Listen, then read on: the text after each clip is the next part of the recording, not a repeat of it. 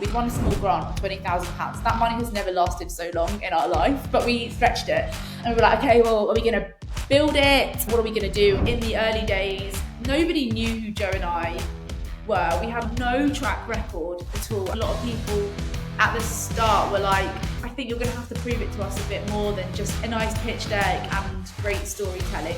Why would you trust us? Two crusty consultants. I get it. So we quickly pivoted strategy. One day a member from our community was like, oh, I've made this TikTok about Luna and I posted it on my feed. Can you share it with your account? And I was like, yeah, sure, I'll reshare it. And it blew up. That was a pretty monumental moment for us because we pivoted the strategy entirely. Welcome, Jas. It's great having you here with us on the SheFounds podcast.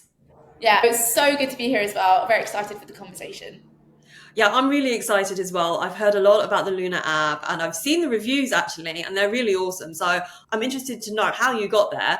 But before we get to those questions, let's just start by discussing your background. I know you did an MBA. What were you doing before you joined your MBA? Great question. So I started my career in consulting at one of the big four, Deloitte. I didn't grow up with a dream of being a consultant. It actually just happened after my undergrad. Lots of people going into consulting. It sounded like an interesting job. That's where I kicked off my career. I joined the people and operations team doing all things culture, leadership, people, mainly for big banks and insurers. And I was at Deloitte for around 5 years. And I guess throughout my time there, I was always coming up with new ideas, new ways to reach new clients, new things to do for clients. I guess you could say it was entrepreneurial, but yeah, it was quite hard to get things moving sometimes and I wanted a bit more pace. So I then started to consider, okay, well, what next for me? Starting to listen to more podcasts, going to lots of different talks. And one evening I went to a talk at London Business School to hear more about the MBA program. And the talk in itself really resonated with me. Some time to yourself, time to meet new people, time to reskill, get to travel. And so I decided that actually this would be a really great chance for me to go and do something new, I guess, but also figure out what that would be. Obviously, MBAs cost a lot of money, which I didn't have at the time. So I left Deloitte. I set up my own consulting business to help get the cash together to go do my MBA. And then, just as you said, in 2020, so the back end of the pandemic, I accepted my place at Oxford Said Business School and spent a year there, which is where the idea for Luna came from and where I met my amazing co-founder, Joe. So it was a big decision, but definitely the right one for me. Fantastic. What was it about the course that led you to come up with your idea for Luna? Great question. So as part of the Oxford programme, they do really look at things like social impact and entrepreneurship, as well as the course of consulting and finance skills as well. As part of the programme, there was a module called the Entrepreneurship Project. Joe and I like to describe it as a cross between Dragon's Den and The Apprentice. So you basically team up with people in your cohort, your choice, find a problem that you want to solve for and then create a solution. You then have to create the pitch deck for it, do some market validation. And then at the end of the module, you have to pitch it back to your professors, but then also real investors that they invite in. And I guess this is where it all started really, because we were a team of 5 women, often talking about our own health issues that we were experiencing at the time in our late 20s. And actually the conversation just kept coming back down to, if somebody had told me about this, or if we talked more about these issues, we could have raised the red flags earlier and we really thrived into adulthood and just not be dealing with some of the issues we were still dealing with now, whether that was with confidence, whether that was painful periods, PCOS, skin, body image. And that's really where the whole idea for Luna came from. Essentially a digital companion to help tweens and teens through these formative years. We created our business plan around it, our pitch, and we pitched it to our professors and investors. And they turned around at the end of the module and were like, this is actually a really good idea. Who's going to go and do it after the MBA?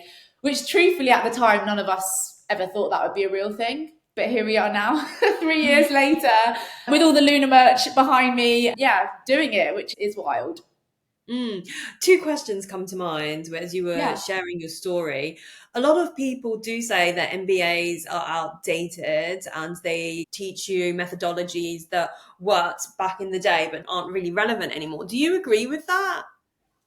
I wouldn't necessarily say that they were outdated. What I would say is I don't think they're very practical, in the sense that you are learning theories and you are doing case studies. I actually personally really enjoyed the case studies. Yes, you would learn a theory about how to motivate teams, but then they would bring like a company to the table that's done it really well or done it really badly, and you'd analyze it and apply the theories. And for me, that was really interesting to know, like, what Lululemon's done or like Toyota's done and stuff like that. But yeah, to my point, that's not really practical. It's not really teaching you like how to physically run and start a business. But I don't think it makes it outdated. And I do remember when I was at Deloitte and telling people I'm going to go and do this, people being like, why are you doing that? You have a really good career potential here. You're going to spend however many years studying for it. And actually in 2-3 years, you could be senior manager or whatever it is. And people sort of echoing what you've just said, it's outdated, it's not needed or whatever. And I don't think the MBA is for everyone, but for me, I think it was like a great decision, and there are so many other opportunities around just the course itself that an MBA presents. Yes, definitely. I think one of the big ones would be networking and the lifelong connections that you make. Definitely. You did this project, the Lunar project, and at the time you didn't really think that you would continue pursuing it. You could have gone back to consulting and made a lot more money. Yeah. What made you go down the founder route? I do look at my MBA peers and I'm like, oh, that could have been me in that with that nice handbag. But I'm like, no, but that will come, Jas, because the exit's going to be way bigger than that little salary uplift. But yeah, to answer your question, I think it was two things really. The first was we had this idea, the professors told us and the investors, oh, it's a good idea. But actually, in order for me to take the leap, I needed to hear it firsthand from teenagers that this was a good idea. So Joe and I set up workshops in our old schools. We basically spoke to every teenager from 11 years old in year 7 through to year 12, 13, and asked them, well, what do you use, if anything? And they were coming back with some crazy stats like, oh yeah, I use TikTok. This is where I get my period information, showing us. And I was just like, what is this? But to take that a step further, after the sessions ended, we were then getting emails like, hey, where can I download the app from? Can I come do work experience? Can I come code it for you? And we were like, okay, wow, you've just gone to the north of England, Joe, because that's where she's from. I've gone to the south, and like nothing exists. There's a huge opportunity here. And then I guess like the second factor was that Joe was like more set on doing this, and she came to me being like, I'm going to do this idea. Do you want to do it with me? And I low-key in my head was like, I cannot let this girl like get rich and make millions on this idea without me. It's also going to be an amazing journey. I love Joe. I can see myself doing this with anybody else. So I think now is the best time. I've had a year of reflection and a year of not working. Let's just try it for another year. What is there to lose? And if we can raise money, we can get something out to market, great, we keep going. But if we can't do that and there's no traction, then, I'm very fortunate to have a great career behind me and a supportive family that will help me get back into the more normal career world, should we say. So yeah, I think it was those things combined that made me go for it, really. So a bit of FOMO. Yeah, I know. She was really selling it to me, that breakfast. I was like, oh, you've prepped this. But yeah, definitely a bit of FOMO there. It's either short-term or long-term goals. I suppose that salary is very tempting, but I think hold out is well worth it if you're working on a good idea. 100%. I literally just did a post about that on LinkedIn this morning because I can completely agree with what you said. That totally resonates. I think if you're also like enjoying the process as well, because you're going to learn so much. And what I realized from my role, so I work as a product manager, what I've noticed is that your role within a company can be very narrow, whereas when you're starting up a business, it forces you to take on and wear different hats and develops you in different ways. So even if this idea fails, which I'm sure it won't because you're doing great, but you can apply those skills again and again and again. Yeah, and I think I've also just really learned what I love and what I don't love. So I now run like all of Luna's TikTok accounts, all our social media stuff. I wish I had more time to dedicate to it because I really enjoy it. I'm doing all of our marketing and alongside everything else that comes with being a founder. And I think I've unlocked something that I really love doing. And to your point, what I do next will probably be something in this space, and I wouldn't have known that unless I'd had the experience I'm having now. And to actually be able to create TikToks that resonate with teenagers, honestly, that's a huge win. As a millennial, that's massive. I'm feeling proud of myself. Fantastic. So you mentioned earlier that you had some signals that indicated to you that, hey, this could be an idea. And one of those was that teenagers are just looking at social media to try and find answers to their health questions. And then also that they were writing to you to ask them, well, where can I download this app?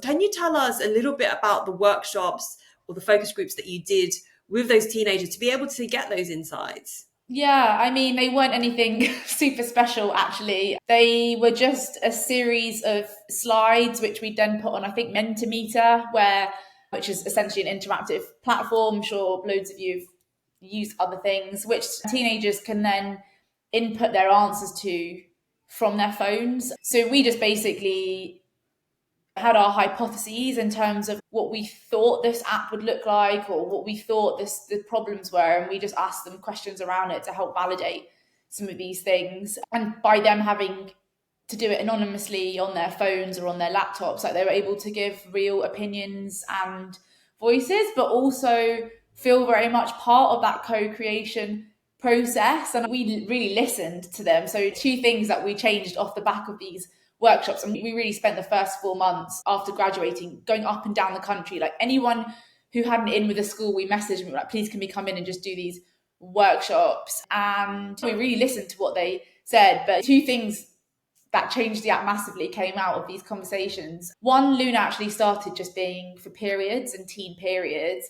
And actually, when we went and spoke to these teenagers, they told us, Jas, Joe, we don't just need help with periods. Actually, we need help with like mental health, body image, confidence, skin, friendships. It's actually just more holistic, and we need a companion to hold us through all of this. So can you like broaden it?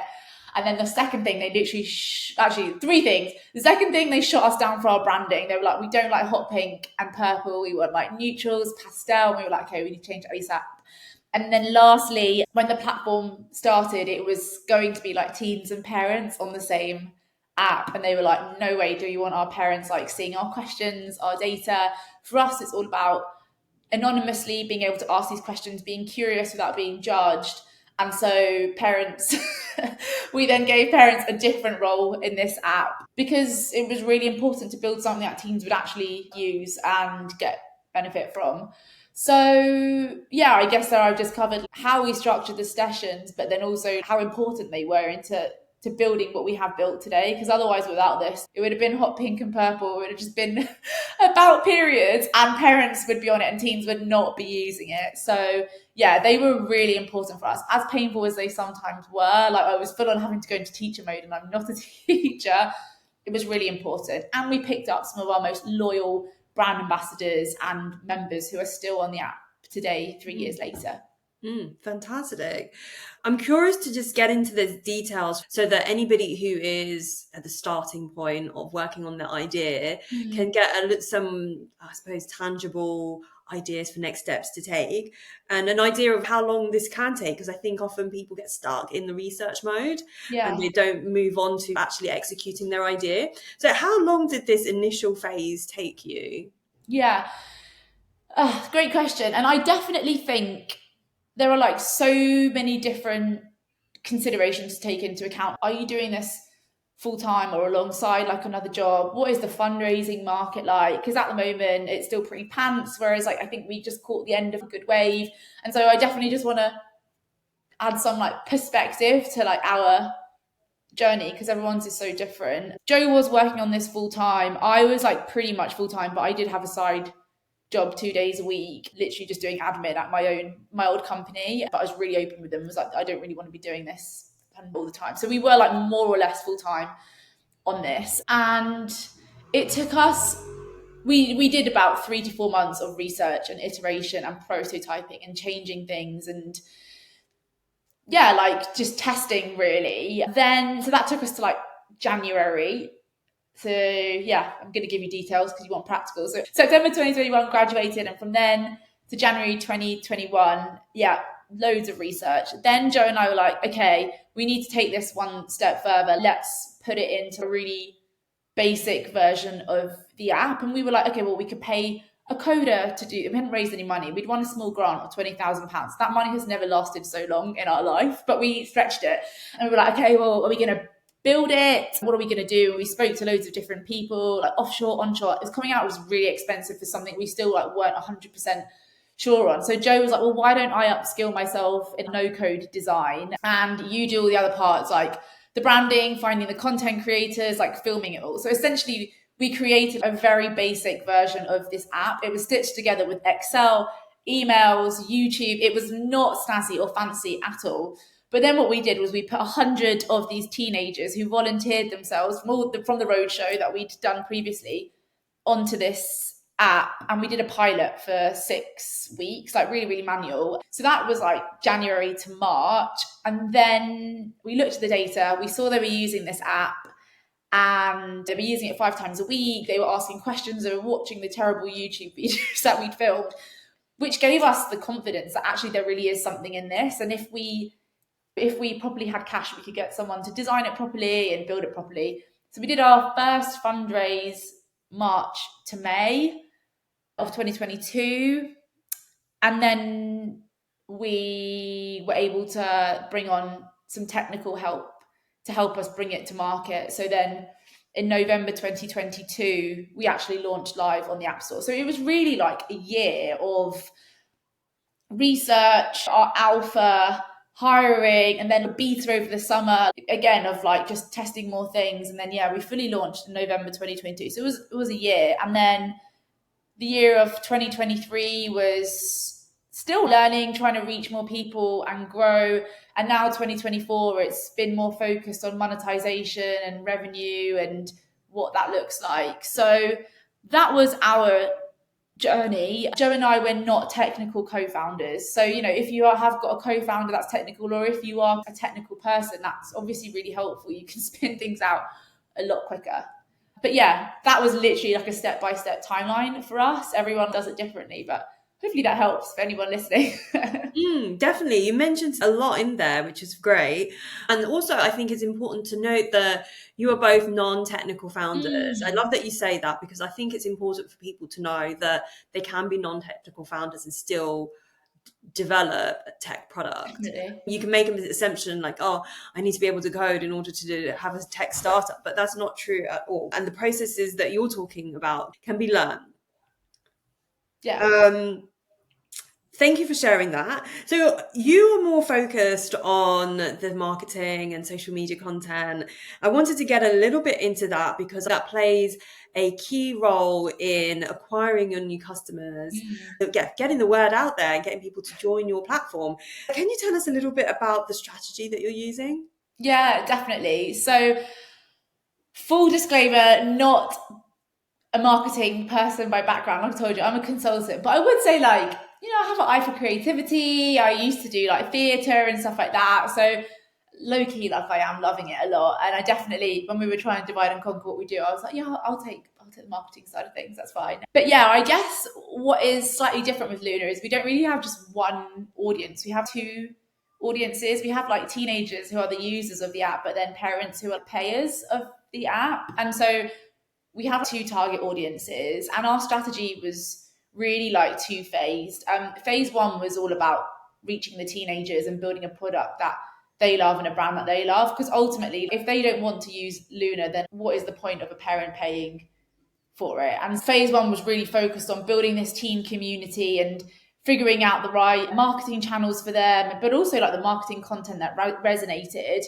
And there was like loads of testing that was involved. Like, we were doing stuff on Instagram, which I am familiar with, and then also doing stuff on TikTok, which I'm not familiar with, and like doing loads of different bits of content, like teen content, medic content. And it was like working, but was it flying? Not really. And one day a member from our community was like, oh, I've made this TikTok about Luna and I've posted it on my feed. Can you reshare it from your account? And I was like, yeah, sure, I'll reshare it.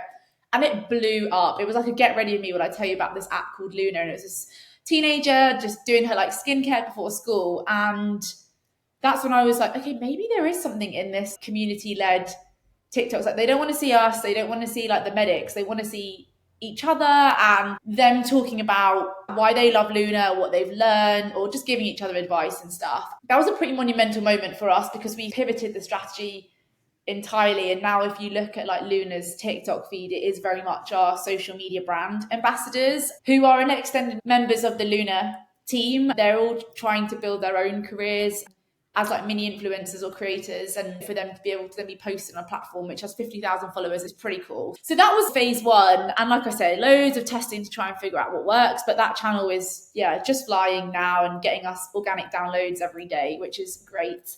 But as I mentioned, 2024 has been more around revenue and what that looks like. We are VC backed, so we're not a charity, so that's obviously really important. And so we've then entered phase two, which is now how we reach more parents and educating them about the importance of why Luna is really needed and why this is essentially one of the best investments you could make for your teenager. Still pretty early days for us in terms of what that marketing strategy looks like, but they're definitely not on TikTok, it's on Instagram. And working through like how we reach more parents, whether that's working with employers, doing webinars, doing reports, working with momfluencers.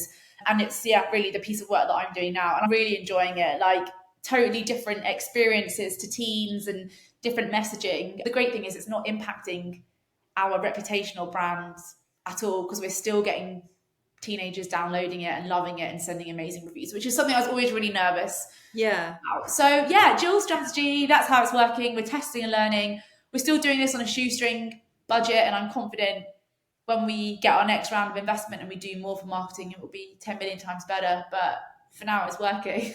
So do you have any advice for anybody that's getting started with their social media strategy and creating content? It can be quite overwhelming, especially 100%. Like you mentioned that you never done TikTok before, and then you had to figure out TikTok and what would work.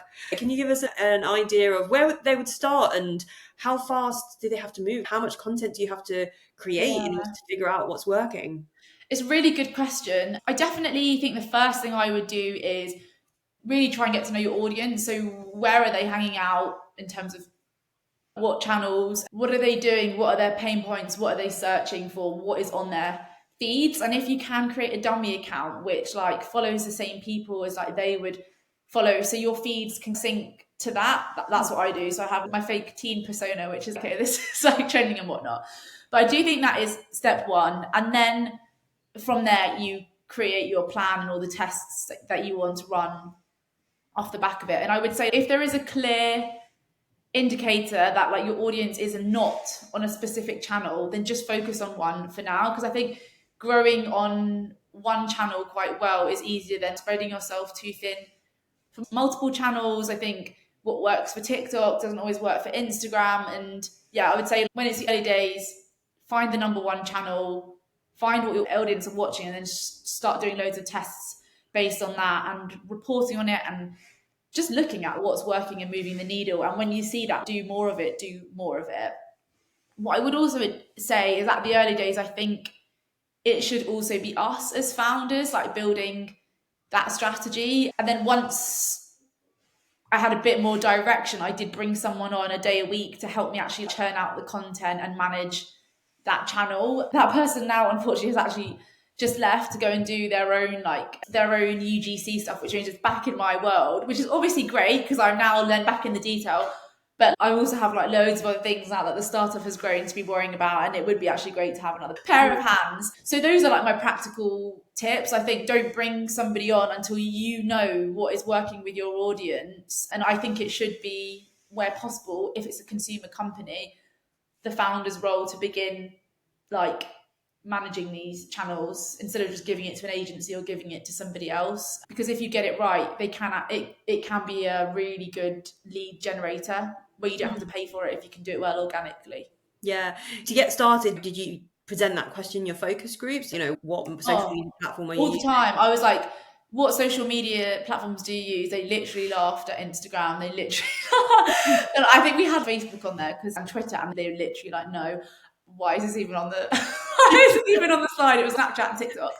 But then we also, as a next step, were like, okay, can you like go on your, if you have social media, go on your phones and send the most recent videos that you've liked so that our algorithms would sync to it, but then also tell us like the top 5 influencers or accounts you follow, and then we like followed them all from our accounts. So we really try to sync up with our audiences. Oh, that's Yeah, amazing. So you're literally creating a persona that is like your audience, basically. literally. And if I'm sometimes on Luna's like TikTok, I think they sometimes notice a millennial running this because they'll like put something and I'm watching it for too long. I'm like, no, you're gonna mess up the algorithm. Go on your own account, Jas. So yeah, ours is it mimics the teens trends like massively. And then we obviously have our parent one as well for Instagram.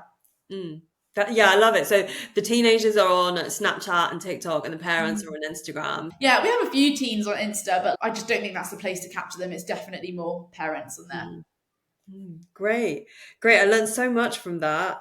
You also mentioned earlier that you were in touch with content creators. Can you tell me a little bit about that? What were they doing for you, and why did you need them? Yeah, so our content creators are actually our Luna members. So yeah, all of the content you see on Luna's TikTok isn't just a random UGC creator. They are members of Luna who love the app, but alongside that, want to potentially build careers in content creation or musical theatre or acting. And so they're building their own sort of side profiles. And like I said, the way that worked was somebody first inbounded to us and said, "Okay, this video, can you repost it?" And it did so well. I then said, "Hey, are you up for creating another 2 videos?" And we posted them to our feed and they just blew up. And I was like, there is 100% something in this. And then essentially like just started working with them to build a strategy. Okay, what's every week? What's trending on your feeds? What sounds? What topics? Back to school or whatever it is, like musical theatre auditions and first period, etc., etc. And then, yeah, together as a team, we would just come up with a week's content and each of them would pick, I'll do this, I'll do this, I'll do this. And then we would post it. And that's basically how it works. So we haven't worked with any UGC creators. Our UGC creators are our members. Great. And did you have to pay for them for that, or they did it for free because it gives them visibility as well? Yeah, so our members who are part of the brand ambassadors, it's free. They get like other perks. So they get Luna and exclusive Luna swag.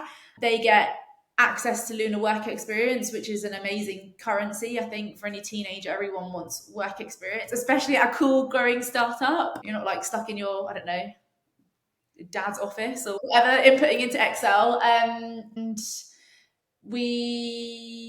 they get to put it on their CV. So I've been like a reference to many of these teens who've then gone on to college and need references and all start side jobs. So I think actually for them, it's a really amazing experience. And they also then build a side community. So there's about, I think, 40 ambassadors at the moment. I mean, and then some retire, they become alumni, but like they've also made amazing friendships in this group as well. So it is genuinely something like really special and something I personally love being involved in as a founder.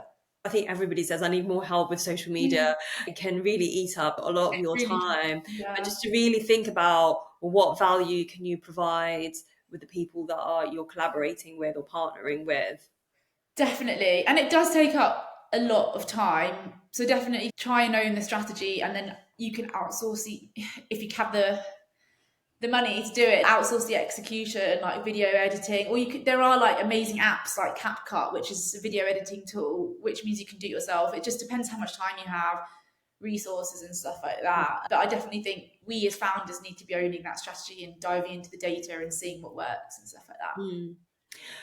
Let's move on to talk a little bit on the product side, but in relation to marketing. Yeah. Can you tell us a little bit about how the social media and marketing works with the product development? Is there any synergy there that you have going on? Yeah, it does actually. So I think we have quite an active community on TikTok and we get quite a lot of comments, which is essentially feedback for us. So to give an example, there is a free layer to Luna, but there's also a premium layer for those who can afford it, and then they have unlimited access to the app. But with the free layer, there is limited access, but those limits reset every month, which I think is quite different to many other consumer apps. Normally once you've hit your restrictions, that's it. But for us, we are impact based and We want to be able to help as many girls as possible. But anyway, we were getting some comments in the feedback like, oh, I've maxed my restrictions, I can't use Luna anymore, like time and time again. And so I raised in the product meeting, I think there is an opportunity to be bringing these users back by letting them know that their limits refresh every month. And so team were like, that's a really good point. I mean, now we have a bit like a countdown timer, which tells people like when they're close to their quota and when that refreshes, and then they get a notification to bring them back in to the app again. So I think that is an example of how like marketing has inputted in to product. Typically though, I would say marketing is usually used to push out a product launch or a feature launch by a brand ambassador talking about it, then they're posting on their profiles, etc., etc. But as a team, because we are so small, we're only 7 people, we are still all in the product meetings, bringing in things we've heard from our different areas, whether that's like the content team, the ops team, marketing, tech, etc., etc. So I think that is what makes it really exciting in the early stages. And I'm sure like by next year when we have more people, I potentially won't be in all the product meetings, which will be sad because I really enjoy them. But yeah, for now, it really is all hands and brains on deck. Great, fantastic. You mentioned that you're focusing on monetization right now. Yeah. I was curious to know about the kind of conversations that you had around having an impact that you want to achieve with teenage girls and helping them with their health questions, etc., versus creating a viable business. What points came up which helped your monetization strategy and strike that balance between impact and viability? Yeah, it's a really good question. And I definitely would say like we are still learning and testing and refining every single day. But one thing that we have always done is I think been very transparent, but also treated our teenagers like adults. And what I mean by this is it was a free app for the first year, and then the paywall had to come down. And so we knew that there were people who were then going to be like, I don't understand, like I had it free for a year and now there's like a paywall, and then new people being like, I thought this was a free app, like da. And I guess we had 2 approaches: in the comments, not do anything and just delete them, or be proactive, email it out, explain to people why we're doing this. And we thought that is the right way to do it. Treat these young people like adults and explain that without a small fee of $2.99 a month, which is less than a cup of prep coffee, which many parents can afford. I'm not saying every parent, but in order for this service to exist, because there are real people building this, real doctors answering questions and creating content, somebody somewhere has to pay for it. Otherwise, Luna does not exist at all. And we've kept it fair to those who can't afford to pay with our limits that refresh monthly. And when we explained that, they got it. They were like, okay, I would much rather a world where I have some access to Luna rather than no access to Luna. And I think those who then realised, oh, actually, my parents can afford to pay for this, then sent them the payment link and were like, I really want the premium version of this. So that is what we are doing so far. And like I said, we sent that initial email, we explain it when they onboard. And when we get comments saying, oh, I wish Luna was free, we send that same messaging back. We'd love to be a free app, but actually like real people behind this. We need to be improving your features and stuff like that. And so we have to charge a small fee. And usually people come back and say, totally get it, I'll go get premium, or actually I can't afford that and I'll just stay on free. But that's mainly with the teenagers. We've not had a parent that's ever come back and been like, I don't see the value in this app, or this is a bad app. So I am very happy with that and how that has landed, because I think parents are seeing the impact of Luna, and many women especially being like, I just wish I had something like this. Like, honestly, if we had money for every time we'd heard that, we would be very wealthy, I can't lie. Yeah, so you're just basically testing out prices at the moment and packages. I did see that you've got a lifetime package, which I've never seen before. Can you tell us a little bit about that and how that came about? Yeah, I can't remember. I think we were inspired by another app. I can't remember where, but it's been a really good gifting option. So lots of like aunties, uncles, grandmas, or whatever who are like, what do I gift my teenager? I don't just want to buy them skincare. They can gift them like Luna lifetime. So yeah, that's how it came about. Yeah, it was very interesting to see that. And you mentioned earlier that you've got like professionals and doctors and scientists on board. Yeah. Can you tell us a little bit about how you got them on board, and do you pay them? Oh yeah, they are paid. They're all on contracts, so freelance contracts. So they work as much or as little as they want for Luna based on their capacity and availability. in the early days when Luna was nothing but a concept, when we were doing that very first alpha version, trying to get anybody to work with us was impossible. I remember emailing universities, please can you send this job description out to your students, any of your grads or anything. And no one was responding. I think we ran job descriptions on LinkedIn, like, genuinely getting no applications. It was hard because I was like, I don't understand, like, like, why not? And I think I mentioned the grant earlier that we'd won, the £20,000 grant. We were one of 10 companies, I believe, who won this. And we were also part of a community of grant winners. In this community was a junior doctor who was also doing his own app. I put in the group, does anyone know any doctors? Really trying to get some people together to do this pilot. This guy replied back, oh, I don't have time to do it because I'm really busy, but I've got a pretty big network on Twitter, like I'll tweet for you. And he tweeted, and then we started to get some applications in, and really amazing applications. So a lot of young female doctors who were like, we literally, out of our 7 years, had like one module on women's health. We love Luna, we want to be doing something, etc., etc. And that is how we got our first batch of doctors, the majority of whom are still working with us today, like 3 years on. So we've watched them in their third, fourth year of med school, then graduate to become junior doctors. And yeah, I guess now things have really switched where we're getting a lot of inbound from medics and people have been like, I've heard about Luna, have you got any jobs going, etc., etc. So we now have a bit of a list and a bank of people that we can go to. So yeah, it has been really, really cool. Amazing. And I imagine there's a big, I suppose, regulatory or compliance issue here, and you need to protect yourself around liability and the advice that doctors are given.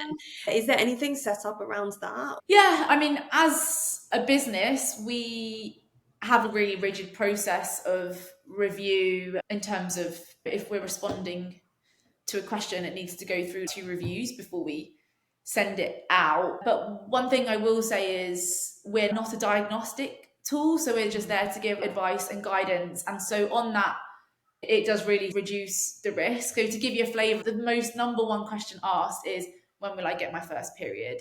It's like that level. Don't get me wrong, sometimes we get more complicated stuff like, what is PCOS? I think I have it, in which case, like, you then have to have a medical response and reviews, but we're not getting like super complicated stuff yet at the moment. So yeah, to answer your question, really, really rigid process, which we've crafted together with our chief medical advisor. She's a consultant pediatrician at Imperial Hospital.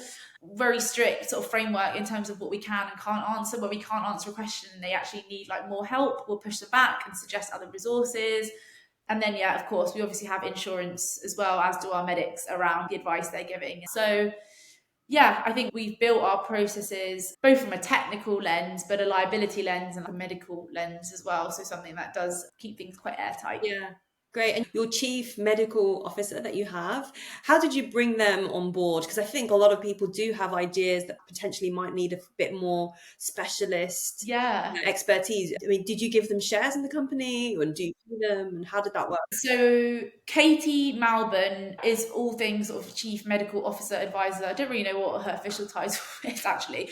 She has shares in our company, and honestly, I think it was a really strange way of being introduced to her. I think it was someone I met at a wedding who then was like, oh, you speak to this person, who then said, oh, you need to really speak to Dr. Katie, because she tried to build Luna, or essentially a service like Luna, in New York, where teams would like text questions in to junior doctors and they would respond back. And I was like, oh my God, I need to meet this woman, because we're basically doing this just 10 years later. And had a conversation with her, and she was 100% love what you're doing and would love to get on board. So yeah, we brought her on, and yeah, like I said, to begin, we really worked together to like craft like the framework, the processes, what's in scope for Luna, what's out of scope for Luna, how we answer questions. And then we used her as a way to build the right like hiring processes for future junior doctors. But then we do get questions sometimes where we're like, we don't know how to answer this, even if it's like a GP or whoever, they still might want additional sign off, and they can escalate things to Katie, and she will give her guidance in terms of how she would deal with this if she was in clinic or whatever, or and stuff. So yeah, we work with her on an ad hoc basis there, and now we're doing more webinars with her, reports with her, and she is referring Luna out to her patients at Imperial Hospital as well. So truthfully, it was really by luck, I think, that we met someone that was so aligned with what we are doing, and someone who has been so generous with her time and not taking any cash for the work she's doing, because I think she just genuinely aligns with the mission and wants to see Luna out there in the hands of as many teens as possible. I don't think it's a coincidence, but I do think that you were at a wedding and you spoke about your idea, and I just brought to mind how it's important to actually talk to people about what you're doing, because and anywhere, like you were at a wedding. And 100%, 100%. I think in the early days, you're like so excited by it. And, you know, I still talk about Luna now, but sometimes I'm like, guys, I literally dream of Luna all the time. Can we just talk about something else? But yeah, honestly, meet amazing people in the most like random of places. And I think if someone makes an offer to intro you to someone, take that offer up, because you just don't know where it might lead. So I just have a few more questions before we finish. The big one has to be around funding, because as we all know, that only 2% of women get VC funding. What is your experience around funding been like? And have you experienced anything that you have felt to be unfair in this process?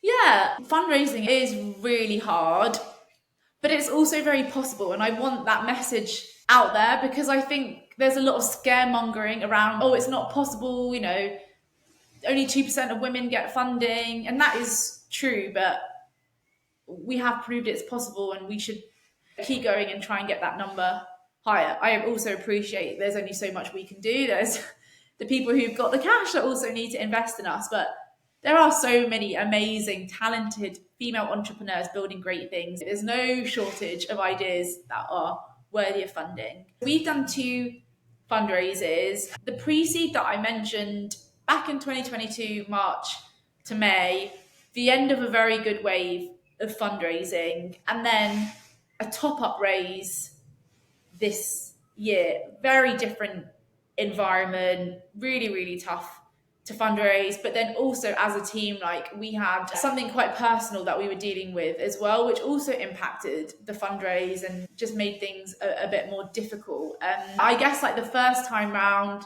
people were more willing to part with cash just because it was a good market off the back of COVID, tech bubble, etc., etc. But what I would say is in the early days, nobody knew who Joe and I were. We had no track record at all. And we were building a consumer app for teenagers, which is very reliant on building a great brand, especially when it comes down to like puberty. Like, you know, who really wants to engage in like a puberty app? And so I do think a lot of people at the start were like, I think you're going to have to prove it to us a bit more than just a nice pitch deck and great storytelling. So we're probably going to want to see a bit more from you guys. And I totally get that. On reflection, why would you trust us? Like 2 crusty consultants. I get it. So we quickly pivoted strategy, and instead of just doing cold outreach and speaking to VCs who didn't know who we were, we then decided to lean very heavily into like our network and do angel personal rounds. So going to old bosses or people who had seen that we can execute and that we have good ideas, etc., etc. So I think that was very much the first strategy, and I wish I'd known that like before. And then this year, when we did our raise, we had a bit more of traction to show and like evidence of our execution. And so many of the people who then were like, oh, well, you know, prove that teenagers will love it. Well, we were able to do that with the reviews. Prove that you can actually do what you say. Well, we showed them, you know, we've hit our milestones. So I think, yeah, the sort of top up round was going back to those people who were like, we're interested, but show us. And that's how we got them in. And I think the next route for us will be getting more VCs instead of angels. We have a few VCs who have come in with like smaller tickets, so their first check funds, like Octopus Ventures, Syndicate Room, and others. But for the next round, we want to be raising more money, and we'll probably need more funds to get involved. Yeah. And for those people that said to you, can you prove that this is a good idea? what kind of data did you have to take back to them? Was it the number of people that signed up to their platform, for Yeah. example? Did they ask for specific numbers? Yeah, I think for us, definitely like traction in terms of downloads, but then also not just downloads, like how many people are actively using the app on a monthly basis. Because yeah, it's great having 100 downloads, but if one person is using it, that's not great. So those numbers were really important. I think understanding our cohorts and actually how they're using the app and what features they're using was also important. And then lastly, like impact. So is this app actually helping teenage girls? Because ultimately that is like what your mission is. And so being able to take some tangible data alongside like reviews that teenagers and testimonials that teenagers have sent in, I think was also really important there as well. So I don't know, maybe that might be something like how helpful did you find this advice or something like that? Yeah, exactly. And then at the start of this year, we did like a well-being challenge where we got people to self-report how they were feeling before the challenge, and then we ran 4 weeks of like mini challenges to do with like mental health, physical health, sleep, and then we got them to self-report afterwards, and then we were able to use some of that Mm. qualitative data to be like, 69% of teens felt like better after using Luna, after tracking this many emotions, etc., etc. So yeah, I think a blend of the two. A lot of insight there. And I really loved how you shared the going back to your old bosses. And I was just like, oh my God. Because sometimes you think, I don't know anyone. But actually, if you think about it, we probably do. Whether it's friend of Yeah, a friend or friend of a friend of a friend or totally. boss's boss's boss.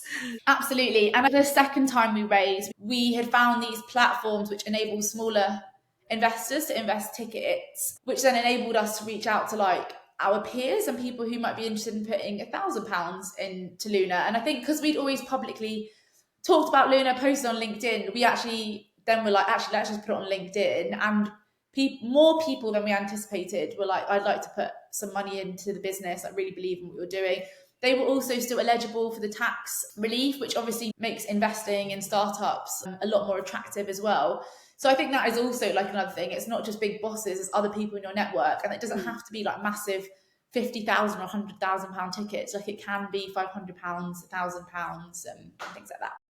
In what way would you say has this journey forced you to develop yourself in an area?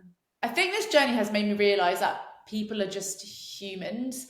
And I think when I was at Deloitte at the start of my career, I used to put partners on a pedestal and I used to be very nervous when I spoke to them and wasn't always fully myself and whatnot.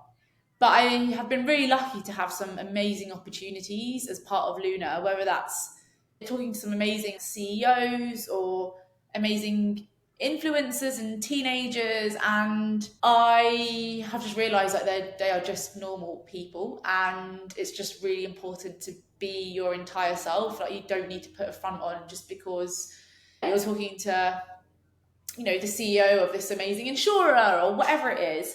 Actually, they are probably just as excited to sit next to you or to talk to you. And I think I just used to have a bit of imposter syndrome, but I'm not good enough to be here or I don't have any value to add. But actually, if someone has accepted a call with you or you've been invited to speak next to someone or in front of a room, there is a reason for that. So I think I have learned that. I wouldn't say I've completely mastered it. I definitely have moments of like, why am I sitting next to this person? But I think for me, that's been a huge development. Just something I wish I never even really felt at the start of my journey, because I think it would have made it much easier now when I am invited to these amazing rooms or events and things like that. Great. Yeah, I think that's a really important one. I think something that a lot of us could relate to. Even in the workplace, you're like, oh, I need to go and talk to that person. Should I? Should I? And there's this Maybe big. they're just a person, like they've got their own shit going on. Like, yeah. And I think just be yourself. Like if they don't want to be nice back, that is on them. If they don't want to be relatable back, that is on them. I think that's bad leadership, to be honest. Be nice to people. Just yeah. Yeah. Be nice, be honest, be transparent. Yeah. Is there anything surprising that you've learned about yourself? I think surprising. I think I've impressed myself with my ability to do social media and to, in my humble opinion, have done it like well. I wouldn't say it's like the best. I'm not a social media expert, but I'm tapping into trends that teens like and making that relatable to potentially icky topics. I remember the first time someone had to explain TikTok to me and I was like, I literally don't get it. But I'd like to say like I've really I've been able to do that. And I think like marketing overall, I think I have so many ideas which need a much bigger budget, but I've been able to do a lot on a shoestring budget, which I think from the outside it looks quite impressive. We went to Taylor Swift, took a massive spinner wheel, met loads of influencers there. Didn't really cost us like that much, but from the outside it looked pretty good and legit. So yeah, I think like impressing myself with marketing, coming up with ideas, doing things in quite a low res way and stuff. Thank you for sharing that. Do you have any final parting words for our audience who are potentially in the early idea stages? Yeah, I would say don't get caught up in seeing, oh, this person has raised loads of money, or this person's partnered with this, or this person's got this many followers, or whatever. You will get there, because it was once upon a time me looking at Sifted and TechCrunch articles and being, oh, I wish that was us. And we are getting there. And then now I'm like, I want even more. So just stay focused on what you need to do to get to the next thing, to unlock the next piece to get there, because I found that really hard, and I still do find that really hard, just comparing myself to others. But I was looking back at something I'd submitted a year ago, and this time a year ago we had 10,000 members. Now we have 100,000 members across the world, and I hope next year when I look back in September it's 1 million people. And that just didn't feel like it was possible back then. So I think, yeah, 2 things. Don't compare yourself and just stay focused in what you need to do, and you will get there. People love to shout about their achievements, but do we really know what's going on underneath? Probably not. So yeah, that's my biggest thing. Don't waste time worrying on that. Focus on you. Fantastic. Yes, and it's so easy to get pulled into that comparison game, and I love how you're 100%. saying just don't do it. Don't do it. Great, thank you so much. It's been wonderful having you. Is there any way that people listening to this can connect with you, or is there anything that you'd like for them to go and do after they listen to this? Definitely. So if you want to connect, you can find me on LinkedIn. So Jas Schembri-Stothart, absolute mouthful of a name. If you have a teen in your network, whether you're a mum, dad, sister, auntie, yourself, I would love you to share Luna with them. Potentially consider a premium subscription as a gift. As I mentioned before, it really is a genuinely life-changing platform. And for us, we want to get into the hands of as many girls as possible. So yeah, that would be my second ask from anyone listening to. Thank you so much. This interview has been filled with so many insights. So I know that the audience will take a lot away from it. I loved having you here. Thank you so much. No, pleasure. Thank you for having me.